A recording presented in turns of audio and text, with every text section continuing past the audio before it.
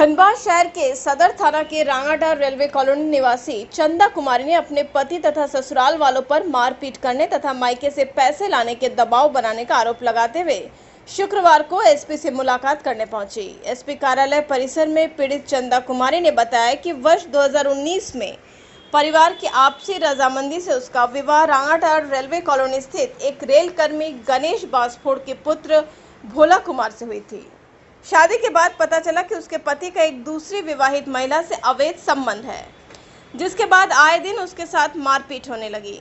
बात बिगड़ता देख भुक्तभोगी चंदा कुमारी ने न्यायालय की शरण में गई, जहां से पति ने समझौता पत्र हस्ताक्षर कर भविष्य में किसी प्रकार का उत्पीड़न न करने का भरोसा दिलाते हुए उसे अपने घर ले गया। लेकिन कुछ दिनों के बाद से ही पति भोला प्रसाद तथा ससुराल वालों ने उससे लगातार मारपीट कर सताने लगे, जिससे अजीज होकर वो अपने पति और ससुराल वालों के खिलाफ महिला थाना में शिकायत दर्ज कराई और एसपी रेशमा रमेशन से भी मुलाकात कर अपनी शिकायत बताई। हमको कॉम्प्रोमाइज़ करके घर ले गया, फिर घर ले जा करके मार रहे, पीट रहे, गाली गलौज करके दे रहे कि जितना मेरा थाना में पैसा लगा है तुम उतना अपना मायके से ले करके आओ। अब कब हुआ था आपका शादी? 2019 में। कब से हो रहा आपके शादी से मारपीट? लगभग 1 साल से हो रहा है। कंप्लेन कहाँ किया था? हम यहाँ महिला थाना में भी किए और वो कोर्ट से भी केस किए। कहाँ शादी हुआ था? रांगाटार। क्या करते हैं पति आपके? पति कुछ भी नहीं करते हैं। मारते क्यों आपको? उनका दूसरी औरत के साथ अफेयर चल रहा है। वो भी शादीशुदा है, उसकी एक बेटी है, उसके हस्बैंड है। हम लोग को यहाँ से एक बार वो औरत को लेके भाग गए थे, उसके बाद हम लोग केस किए थे, उसके बाद कॉम्प्रोमाइज़ होकर के घर ले गए। जब तक हम केस नहीं उठाए तब तक वो मेरे साथ सही से थे। उसके बाद जब हम केस उठा लिए, वो रहना हमको वहीं पे था, इसलिए हम केस उठा लिए। उसके बाद वो हम लोग को छोड़ के 5-6 महीना से वो प्रिया गुप्ता के साथ ही रह रहे थे और हम अपने घर पे उनको कंप्लेन करने से भी मना किया गया था कि अब तो अपना मम्मी पापा को मत बताना।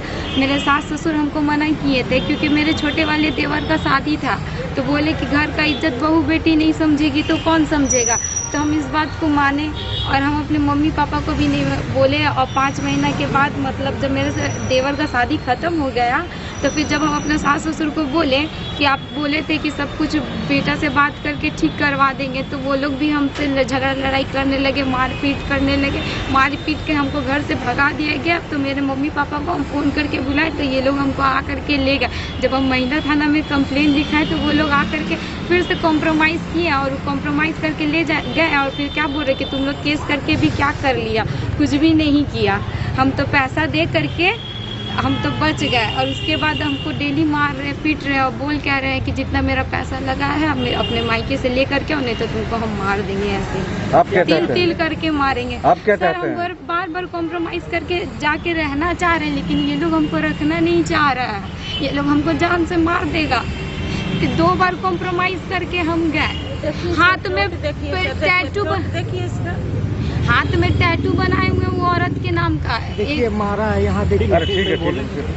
हाथ में वो औरत का नाम का टैटू बनवाए हुए हैं। कॉम्प्रोमाइज़ करने के बावजूद भी उनके अंदर हिम्मत देखिए कि कितना हिम्मत से वो औरत का नाम लिखवा करके घूम रहे हैं। अभी आप कहाँ आए थे? अभी हम तो ससुराल में ही थे, अभी हम महिला थाना आए हुए थे। क्या बोला गया वहाँ से?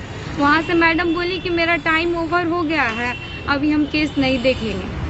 बुलाया गया था यहाँ? बुलाया गया था हमको। मेरे सास ससुर लोग पहले ही आकर के यहाँ कंप्लेन कर दिए क्या कि मैडम आप ये लोग हमको बोल रहे हैं कि आप लोग 10,000, लेकिन नहीं, वो लोग खुद बोले कि हम पैसा जितना दिए हैं उतना तुम अपना मायके से लेकर के, और हमको उल्टा धमकी दे रहे कि तुम लोग केस करके क्या कर लिया। हम तो 10,000 रुपये दे करके